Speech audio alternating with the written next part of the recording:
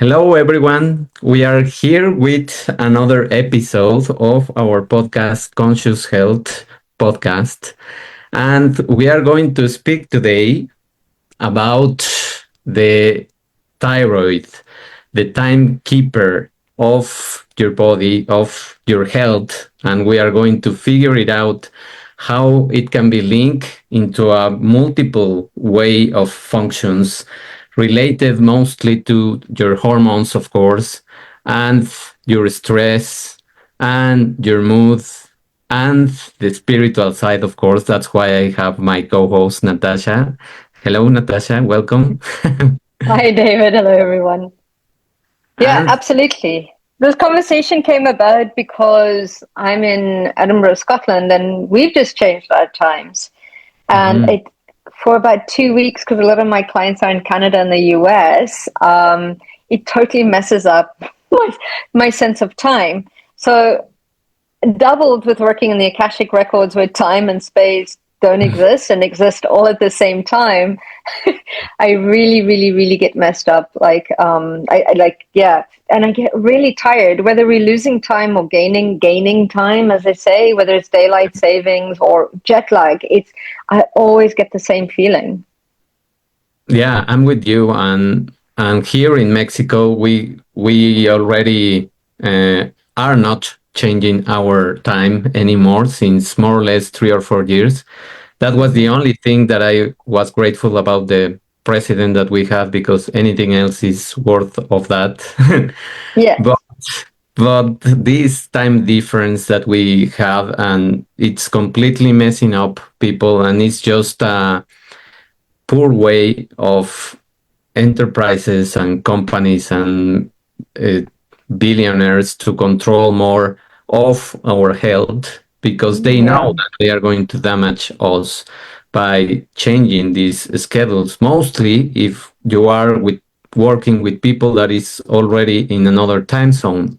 So Mm-hmm. you already have that difference of time and it affects not only your focus, your attention, your stamina, many things are going to be affected by this simple change, even an hour.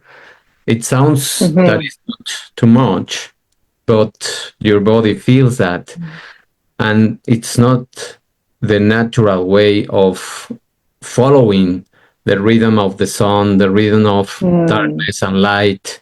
So, not following those circadian rhythms is Mm-hmm. affecting the way you start releasing many hormones that are going to set your clocks, your own internal clocks O'clock, yeah. on on synchronization. And we have so many clocks that we are going to talk about today, not the ones that Mm-hmm. are imposed by society, but we are also going to talk about this spiritual side. And Mm.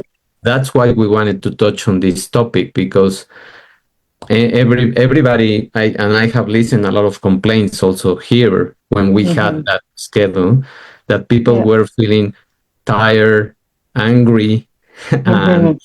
and even not able to focus for at least for a month or even Okay. more. Okay. And children are even way more affected by these things because their own um, liberation and release of hormones, the growth hormone, is affected by these changes. So that's some of the things that we are going to touch on today. So, what do you think Yeah. in terms of the spiritual side, let's say, of this time changing Yeah. and the thyroid function? So there's many things that we can talk about, even from the spiritual sense. So what happens? So yes, absolutely. The circadian and the arcadian rhythms are the best practices to follow for us physically, mentally, emotionally, and spiritually, for sure. But we spoke about, I know that the thyroid is almost kind of like your personal time compass, I would suppose. And it helps us stay aligned with these kind of like these cosmic time rather than man-made schedules. And I'm also feel the same way about the calendar. Like more and more and more, the Gregorian calendar hasn't felt right for me either. In that sense, when it just doesn't feel right either. And because the thyroid is our personal time compass, it also works with other time, I suppose, organs of the body, like the pineal gland, which we mentioned before we jumped on this call, which creates the melatonin, which allows us to sleep. But what happens is that, and the hypothalamus, if we could touch on the hypothalamus as well, is important. But time changes equals a frequency dissonance for us as well. That disconnection from sunlight or sleep or nature, I feel, creates that confusion, not only within the thyroid, but within all of us, and absolutely connected to chronic stress. The artificial lighting that we have doesn't support our health systems either. There's like the digital overstimulation, and it all messes up our natural rhythms as well, which is so important to have a look at. So not only when we start looking at I suppose, a dysfunction of the thyroid, for example, so an overactive thyroid, usually the energy message for that is we tend to be, running on overdrive, speaking, creating, or giving energy like faster than we can really, than our system can sustain, is what I tend to find. So it's the over efforting to prove our worth and to be heard as well. It's a deep anxiety usually that shows up about not being enough or being left behind, can create an overactive thyroid. Time distortion is a big thing. So living ahead of ourselves, driven by the future, worry rather than the present. And that creates anxiety. A lot of the times when we spend ourselves time in the future and we don't make plans to get there, it creates anxiety within us. From an ancestral perspective, it's quite interesting when we start looking at that. Our maternal and our feminine lines, I'm generally speaking, were, where women had to kind of like overperform in many, many ways or stay alert to survive, think of the energy as, doing everything for everyone can sometimes have that effect of an overactive thyroid. When we start looking at an underactive thyroid, for example, our energy tends to be when our voices have retreated, where they've been suppressed, when we've withdrawn from our kind of life force energy.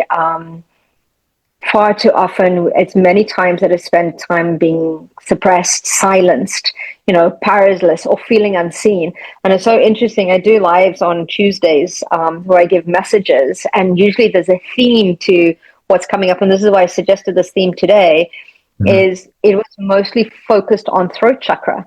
It was mostly focused on, not only in that live, but during my sessions this week, it's been like throat chakra, you needing to come out, to be seen, to be heard, whether it's in life, whether it's in business, whether it's in your career, wherever it is, that seemed to be a current theme. And I wonder if it is tied in to time changes, in certain parts of the world, right?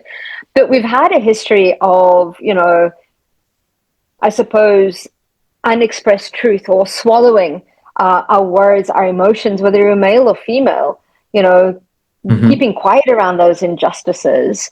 So usually that carries what I tend to see is deep fatigue and carrying these ancestral stories of repression, especially around not being able to speak, lead, or to question anything, which is the other thing. So it's like really living behind in your own timeline. People that worry or are nostalgic, always living in the past, tend to have a slower underactive thyroid.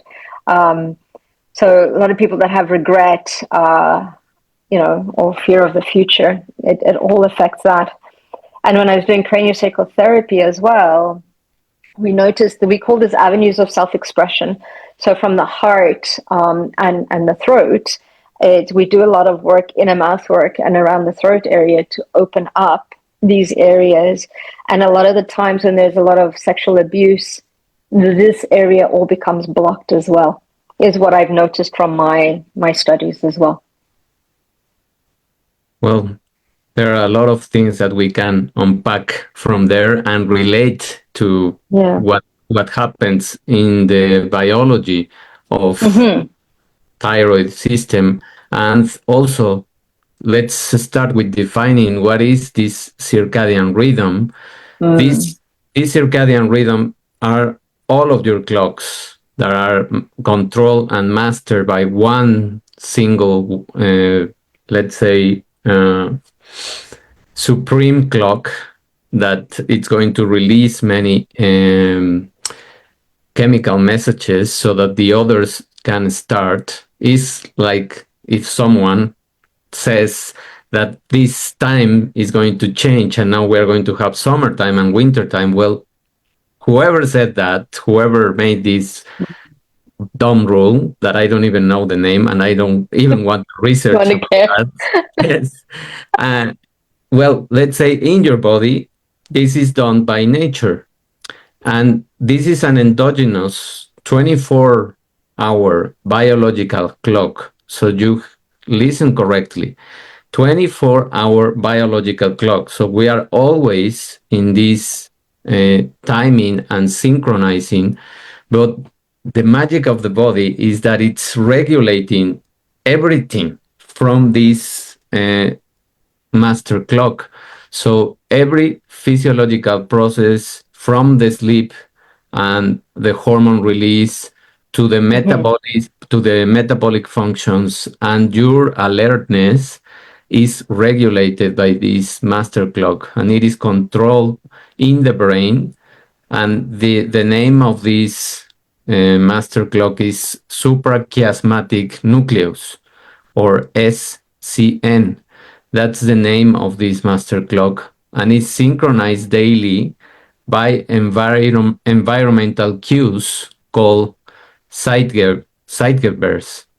So these Zeitgebers are the ones that are going to give us these cues, and they start with the light. They start with the time that you are feeling hungry, and you are feeling hungry, and you feel that race of energy because these internal clocks are already being activated, and this is the sleep-wake cycle that is controlled by the hormone of melatonin. That many people have listened about this, and many people even take artificial melatonin to regulate that, but this is also not such a good idea sometimes, because you can inhibit your own natural mechanism by taking too much of this hormone. So this master clock controls the pineal gland that we are going to talk more about, the spiritual side. Yes, tell me more about how it controls that, because I always thought that the pineal gland was the master gland that controlled everything. Well, turns out that this master clock is the one that controls the pineal gland, and then this releases the sleep hormone of melatonin.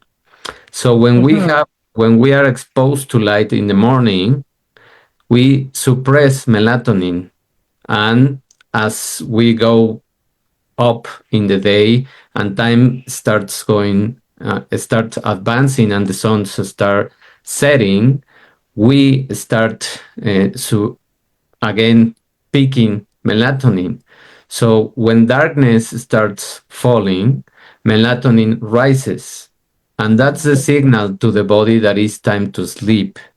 That's why naturally we feel sleepy in the first moments when the sun sets. And that's like one cue that we receive. But as we have many artificial now sources of light, this reactivates these clocks and we can go on. But that's not natural, of course. So that's why we have to more or less sense more our body when we feel that we start having these drops of energy. And that's the time that you should go to bed. More or less, Mm. that's around 9 p.m., 9:30, 10. If you have a different pattern, and let's say that you work more at night, you can even go up to 12 a.m., but going beyond midnight is not a good idea because your melatonin, even though you have this clock or your pattern is of the people that goes up late, and you can have energy or you feel that you have energy, your body is not in that way. It's not working in that way. At midnight, this melatonin will start to decrease again. So the best way to regulate your body is going when you go when the melatonin is going up, that is around 9 p.m. up to midnight. Those are Mm-hmm. the best times to go to sleep. And you wake up more or less from 6 a.m. to 8 a.m., more or less. And that's a good way to regulate your system so that you can have light exposure. And it's very important that you pick up the light in the morning so that you set your clocks on time. So it's your reset mechanism that you are Okay. using nature and the sun to regulate these two patterns that we have. No? Yeah, absolutely. And I think that's probably why we're more tired in the winter. And I think we also need to honor our own body cycles, which become quite important um, at that time. So, yeah, don't even get me started on when we should be working and not working, because some of us are more alert in the day and others are more alert at night, and working when you're working best is important. But the other thing that I wanted to suggest, so yes, absolutely, the circadian rhythms, which is like our biological rhythms, but then you have the arcadian rhythms as well, which is really that your soul's rhythms, and your own divine timing, which is that intuitive flow between creation, rest, and renewal. So those cycles that we are in constantly. And I've started to realize that, like, when we feel out of sync, or we don't know, where time goes, or everything feels rushed, it's that circadian rhythm is a little bit out of sync. So the thyroid is actually quite good, because we start to notice if some things are sped up or slowed down, even by the way that we speak. So, Mm. I don't know if there's science that is connected to people that speak really, really fast, if it's connected to an overactive thyroid, and people that speak really, really slow is connected perhaps into an underactive thyroid as well. But I the thyroid shows us the mix match between time and internal truth, right? So it's interesting. Yes, Right. and I would say that yes, people that speak faster, I think these have this hyperthyroidism, and they usually are thinner, and they usually are let's say always busy. No, they always want to do things, and they have more.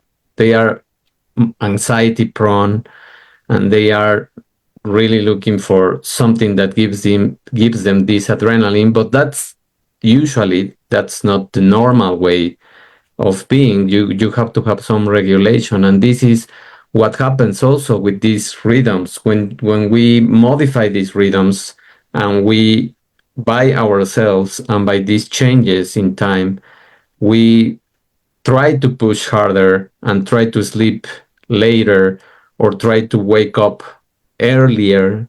If we feel that we are pressured by something, we disrupt this mechanism. And what happens is that this rhythm governs also the HPA axis. And this axis, or this system that we have regulates the stress response. And a healthy rhythm features a cortisol awakening response that is also called CAR, like a car, Mm-hmm. provide energy for the day. So when we have this cortisol and as we wake up, it should go down. If it doesn't go down, that means that you disrupted this schedule because you either go to sleep later or you wake up earlier. No, Mm-hmm. any of those reasons can happen. And this disruption, what it's going to do is that will lead you the whole day to be under fatigue and poor stress resilience. And it's going to be a difficult day to concentrate in the things that you have in your own work or in your own things that you are doing. And also, if we speak about the way we are nurturing ourselves in terms of the Mm-hmm. food, you will crave more sugary foods when you don't sleep well, when you are overstressed, and when you don't let this cortisol to go down. Mm-hmm. That's why for people that wake up early, the early risers like me, for example, and like you also, I Yeah.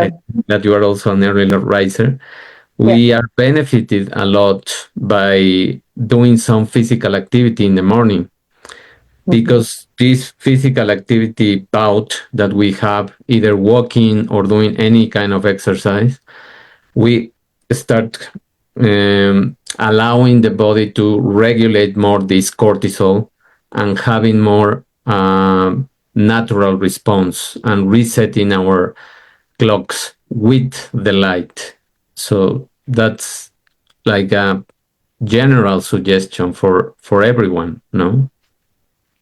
Yeah. Absolutely. Absolutely. From an energetic perspective as well, it's connected to our throat chakra, which governs communication. So, self-expression is another way. So it doesn't necessarily have to be in the way we speak. It could be in the way we dress. It could be however we express ourselves, whether it's through dance or whatever it may be. I think it's important to have a look at it, and it's really about. I suppose it's our authentic truth.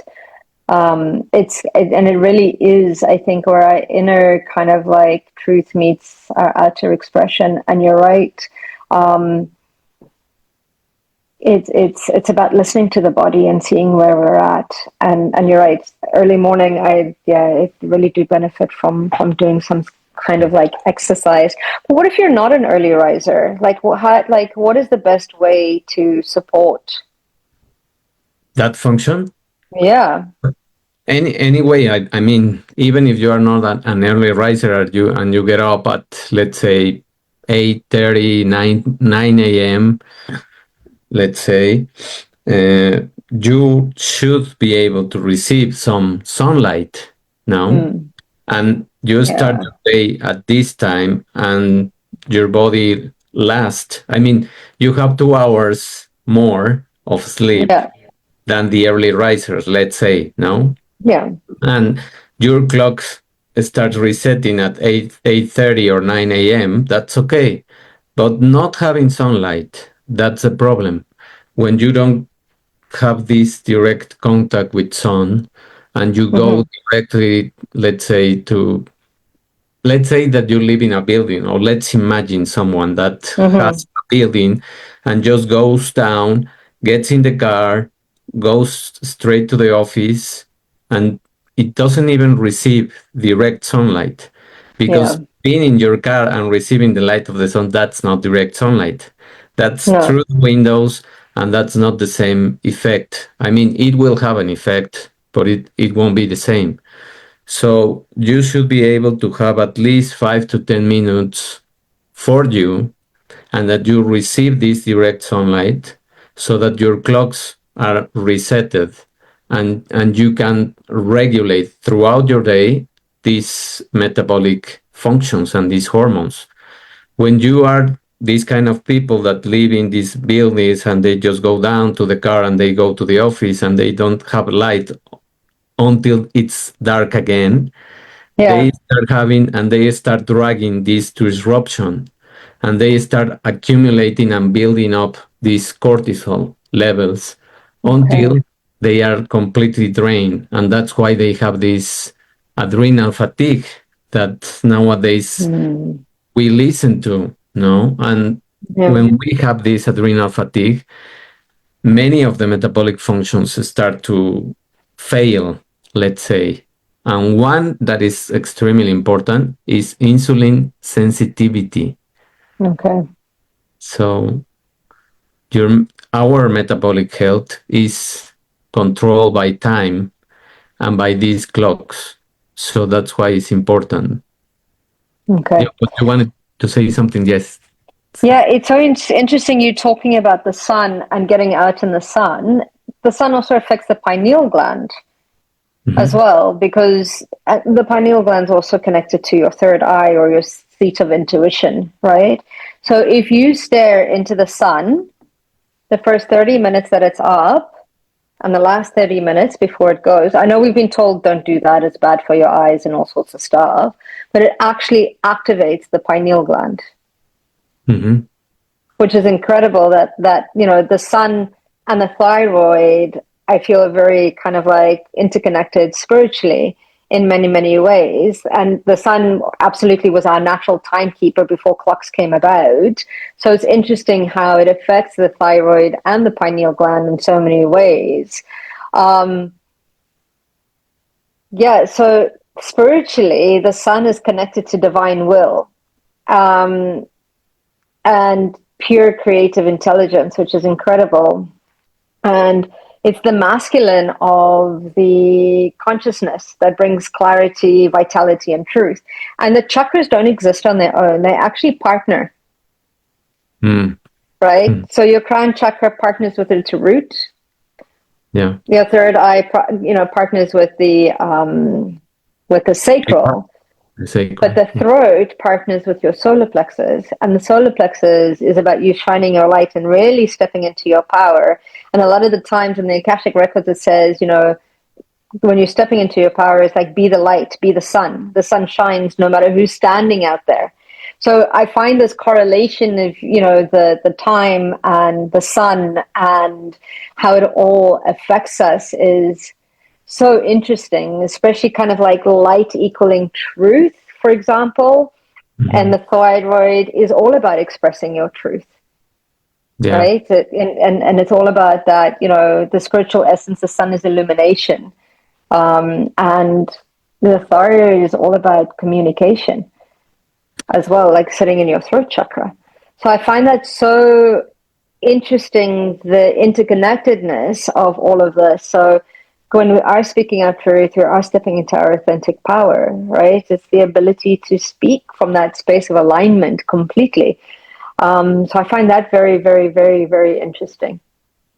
Yeah, and it matches perfectly with the biology because this, let's say, when you are creative, that means that you are able to focus, able to concentrate in things, and able to have this clarity that you are mentioning, and have this purpose-driven life. Yeah. Although when you don't have this reset, you are feeling foggy, you are feeling confused, you are feeling not active, you are feeling really, really lazy, let's say.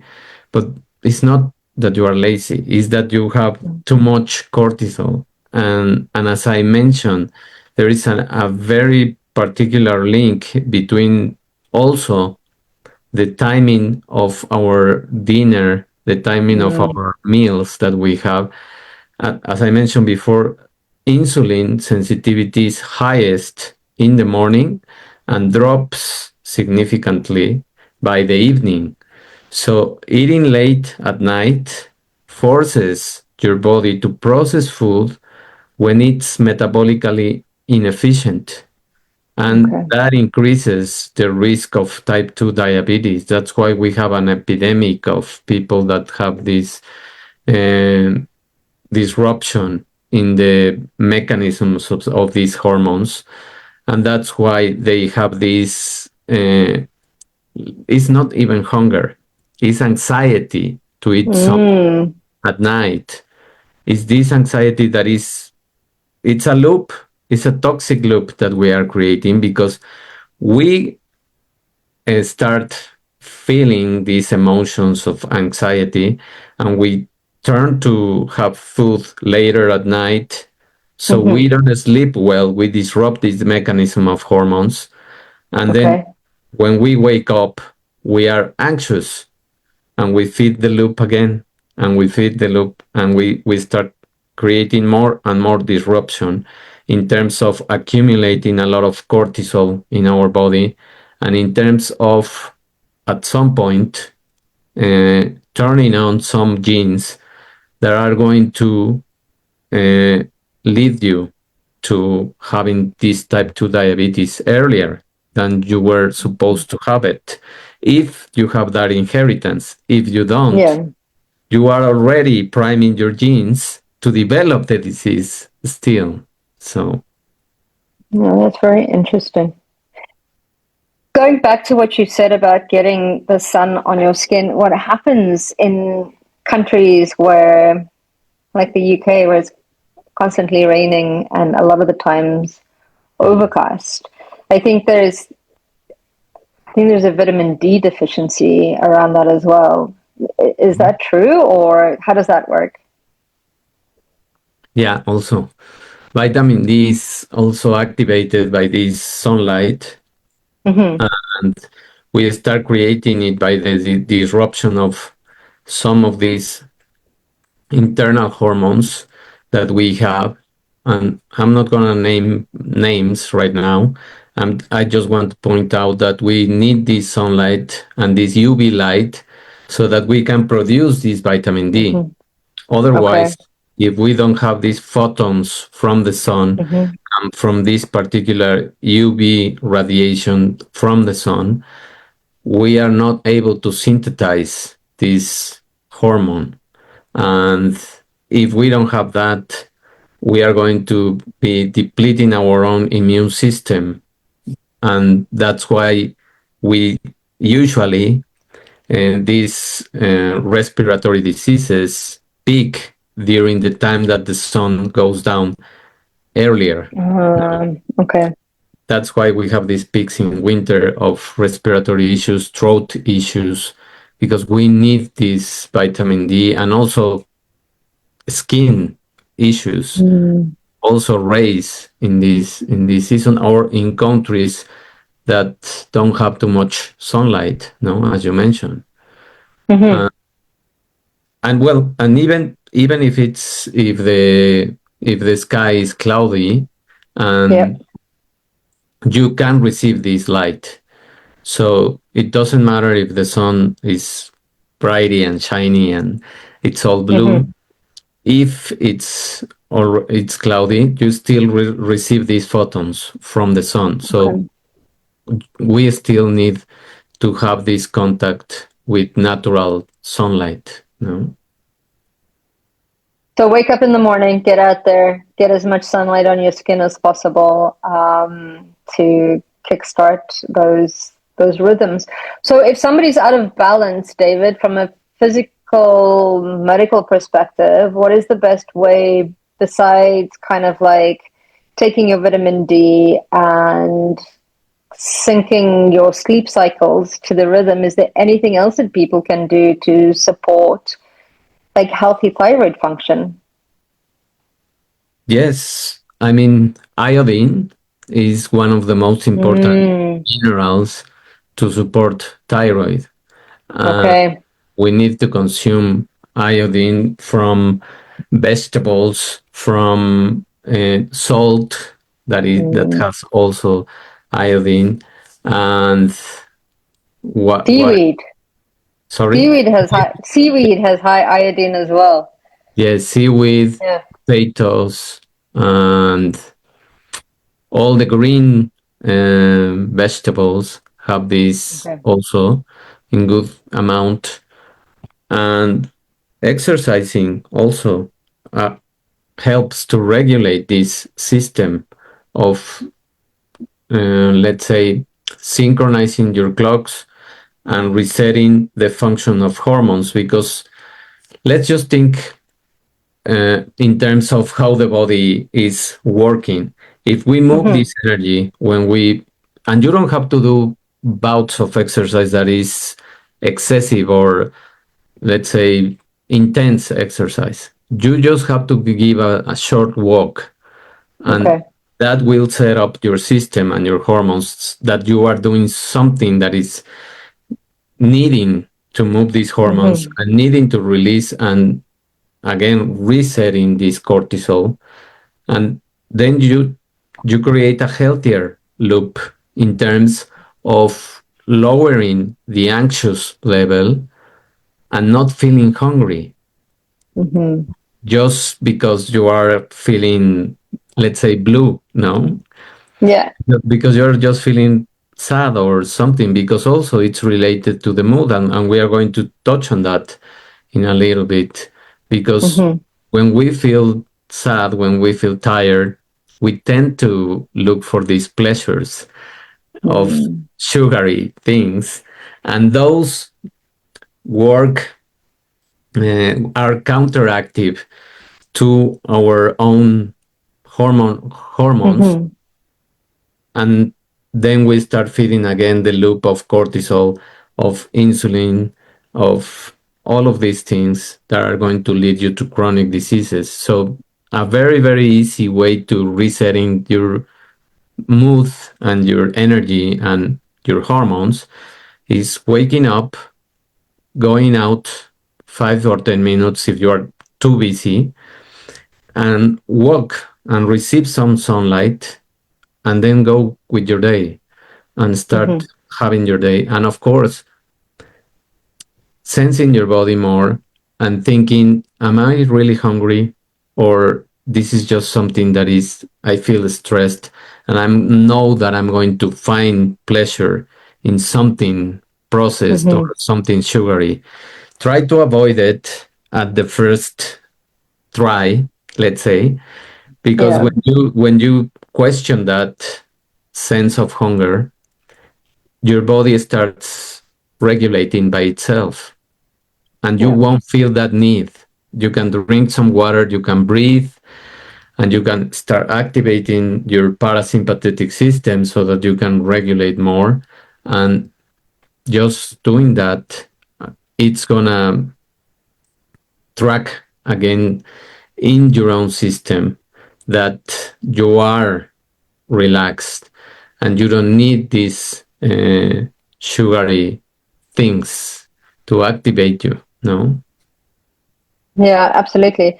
And also quite interesting, if I go through something that's deeply emotional, I just want to sleep, Hmm. which is very interesting. I'm like, I'll go process this in my sleep. Yes, because it's the way your system repairs, and Mm.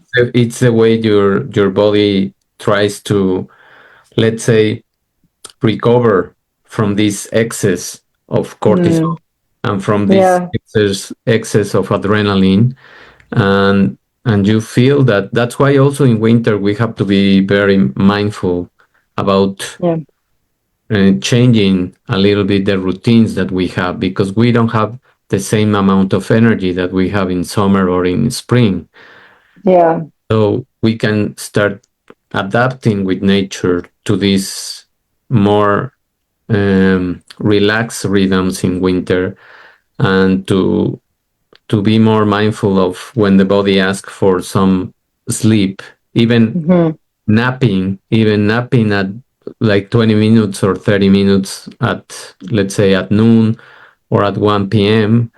That's perfect, because that Yeah. won't disrupt your schedule of the night, and that will give Yeah. you this repairing time so that you Hmm. can have another cycle of energy. No, Yeah. it's Yeah. No, it's incredible. From a spiritual perspective, yes, absolutely. Even going out and walking, connecting with nature first thing in the morning, and I think it's so. Like now, I like walking my dogs like really, really early in the morning. So sometimes, like Scotland is really beautiful in the sense that, like even if I go out first thing in the morning and the sun isn't even up yet, well, now that it's cold, it's the skies are usually clear. So Yeah. you can see the stars and the moon and all sorts of stuff, and it can just brings us happiness. But then for me, it's watching the sun rise. For me, Mhm. really, really, really expands me, which is so like interesting. But you're right. Especially at this time of the year, a lot of us get disconnected from kind of like what I call our joy, right? And we become apathetic and our light kind of like gets dimmed a little bit, I suppose, and we forget our brilliance, from a metaphysical perspective. So this is all really about really reclaiming your power back, your sun back, your solar back, and it's and speaking your truth in so many ways in kind of like your expression. And a lot of the times we're quite many of us are empaths or empathic, and we feel a lot of the how our words land. And a lot of the times we don't say stuff because we don't want to hurt people, or we're trying to keep the peace. Yeah, the only peace that we're keeping is everybody else's but ours. I think if we say things with love and compassion and understanding, and we speak that truth, that it tends to, I mean, that's all you can do. We're not responsible for other people's emotions, right? Yeah. And the other thing is that ways to exercise in clearing your throat chakra is kind of like singing. Singing helps. Humming helps. Saying the om. Just vibrating your throat is important to clearing kind of like and supporting this chakra. And there's a lot of meditation that you can visualize breathing light into your throat and kind of like exhaling any blocks or any limitations that are there as well. So there's quite a lot that one can do.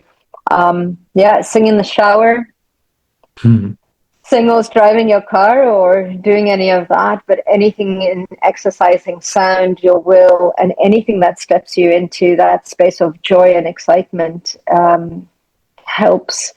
I think with the thyroid and helps with these kind of rhythms. But I think it's just like you say, it's checking into your body and seeing, okay, what is the rhythm that I'm in today, you know, Mhm. and honoring that, Yeah. which is so important. And this is how we can arrive now, and it's the perfect segue to speaking about the mood regulation and Mm-hmm. these clocks.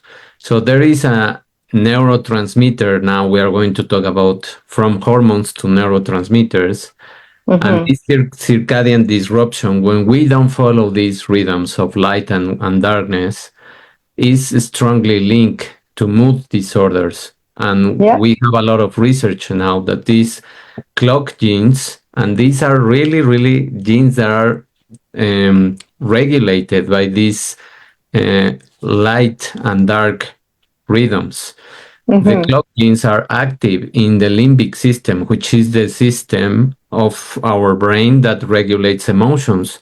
And if we have a disruption or a misalignment, this can reduce the availability of key neurotransmitters like serotonin, that is Mm-hmm. one very important in terms of your mood, and dopamine, that is motivation. And the artificial dopamine substitute of scrolling or just playing with the social media, that's not at all natural. And that's just gonna misalign more your circadian rhythms, more if you do it at night. If you start playing with your phone at night and you can't sleep and you watch these blue screens, Mm-hmm. this again sends the wrong message to your own internal clocks that is daylight, because these frequencies of blue light have the power of, mostly at night, they have the power of disrupting the the liberation and the release of melatonin. So Mm-hmm. if you start doing that, you will depress yourself by Yeah. repeating these cycles. No? I know that's for me, and I used to like if I don't have enough sleep, I'm usually I'm happy, but I become grumpy. You Yeah. know, I'm Mrs. Grumpalumpagus, and it's so interesting because I noticed with my children, my one daughter, she needed 10 to 12 hours of sleep, and if she didn't get that sleep, she'd actually have night terrors, Mm. which Yeah. was quite interesting from that perspective. And it's funny because she used to go to sleep at 7 p.m. and wake up, at about 6, 7 o'clock in the morning. And all the other kids used to stay up quite late. And actually, they used to threaten them, you know, you know, like the other parents would be like, do you want us to be like, so and so's parents and you're going to go to sleep at 7, kind of a thing. And the kids are like, oh, no. And I was like, I don't care what you guys say. Like, she needs those hours because otherwise she's the only one that suffers, right? Yeah. And it's just like, it's amazing knowing how much time we need. And for me, there was a stage where I was sleeping between 4 and 6 hours and I didn't need any more. And I know you're supposed to be like, I was in this flow of life. I'd wake up super, super excited. It's like, what's next? Where are we going? Kind of like, and that fueled me throughout Mhm. the day. So I think it's important to know your body. And I think these things change over time as well, right? Um, Yes. but yeah, sleep is so important, and yeah, absolutely, it does affect my moods when I don't sleep enough. When I don't eat properly, it affects my moods as well. Like I can feel that frequency where I'm like, oh, I have no energy. I'm spending kind of like 5 days in Colombia recently, up in the mountains, in the middle of nowhere. And eating what they ate was incredible. So there was no sugar Mm. and no dairy. Mm. Well, like besides, like, well, there was eggs, and then there was this beautiful kind of like feta cheese that they made, which I think was made from goat's milk. But it was just like, besides that, there was absolutely no sugar, no dairy, and I had so much energy. My aches and pains went away, even though I was kind of like sleeping on a mattress on the floor, and it was just like it was incredible. Like just that very quick 4 days of that, it was enough to clear a lot of what I had going on in my system. How incredible is that? Yeah, it's that's the amazing thing about these clocks and this nature regulation that we can Mm-hmm. have. And it's just adapting our body to something that is more natural and that feels more with us, no matter what the demands of society tells you. Because, for example, also for me, it has changed. I can't Mm-hmm. eat past, let's say, 6:30 or 7 p.m. because if I eat before, I mean after 7 p.m., I don't sleep well, and I No. really have a very poor night of sleep, and the next day I'm grumpy also, and Yeah. and I feel that my body needs a lot of struggle to recover and to have the performance that I usually want from my body.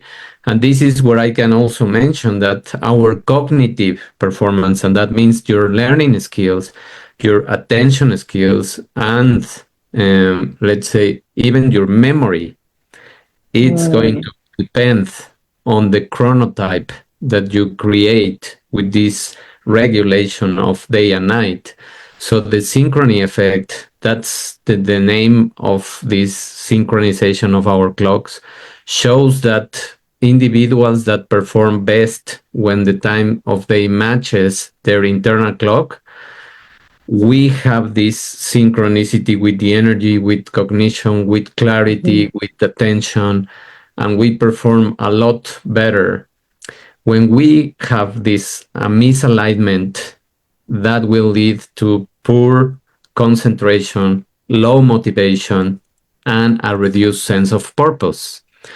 Yeah. which, if we listen more to these science facts, we can see that in most of the people that have these 9 to 5 jobs, most people that have these traditional jobs and they are just pressured by these schedules, these Mm-hmm. rigid schedules of time, they have this depletion of their chronotype and they have this Yeah.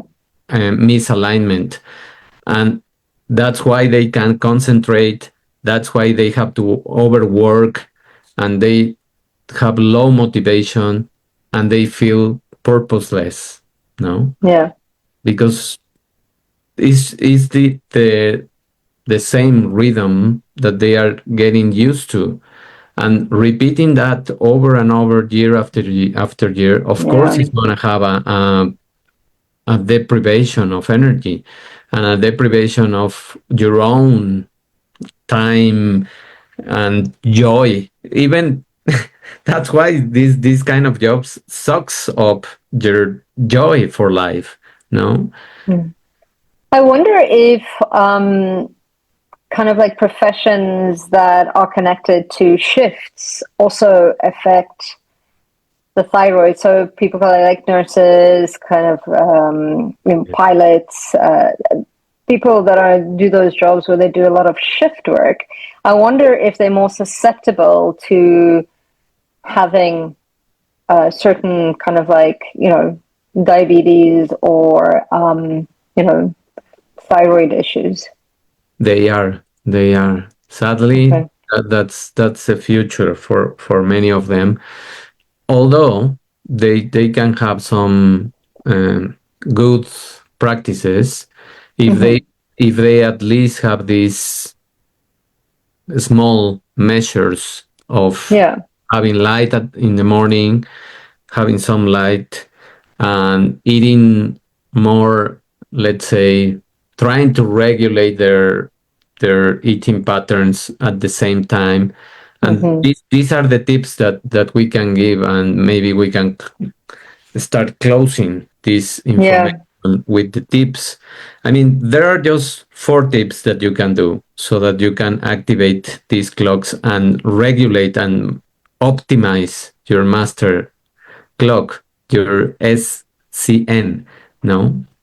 And one that is the easiest is manage your light. So get bright, natural light, not Mm-hmm. artificial, natural light within an hour of waking. So you have 1 hour after you wake up to get this sunlight, and avoid bright screens and dim lights more or less 1 to 2 hours before you go to bed. So that's the recommendation. The other one is keep consistent. So maintain a consistent waking up time and even on weekends. So we should try to do it even on weekends. And this is the Mm-hmm. strongest anchor for your rhythm, because your body, it's it's very easy to manage if you allow it to have consistency and if you have this repetition of cycles. The next one is time your meals. Practice something that nowadays is called chrononutrition. So this is aligning your time with the feeding schedule. So eat in a window of 10 to 12 hours. So you have 10 to 12 hours to eat. You Mm-hmm. can have even 3 or even 4, although I don't recommend more than 3 meals in this 10 to Mm-hmm. 12 hour window, and avoid large meals late at night, and also try to have your last meal at least 3 hours before bed, at least 3 hours. And the last one is exercise. Mm-hmm. Exercise smart. So consistent daily exercise acts as this strong side giver, that is this cue from nature that is going to give you this rhythm. So morning or afternoon is ideal, whatever suits you better in terms of your chronotype. So avoid intense exercise late at night. That is also recommended. If 1 hour or 2 hours before you go to bed, at least 2 hours, I would say, it's better to exercise Okay. at least 2 hours before you go to bed. So those four Okay. things are free.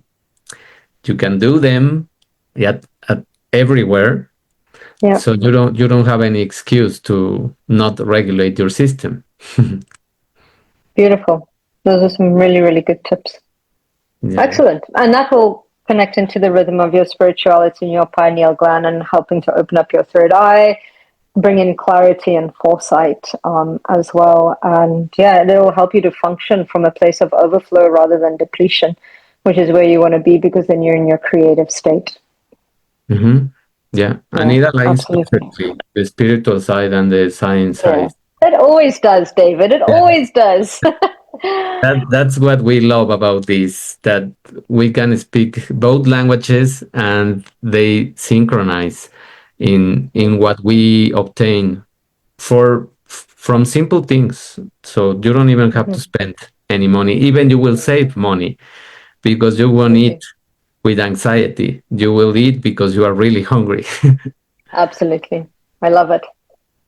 I So think that's a good way to close off this chapter of this episode. So thank you very much for bringing your wisdom and sharing your knowledge, David. It's always a good conversation.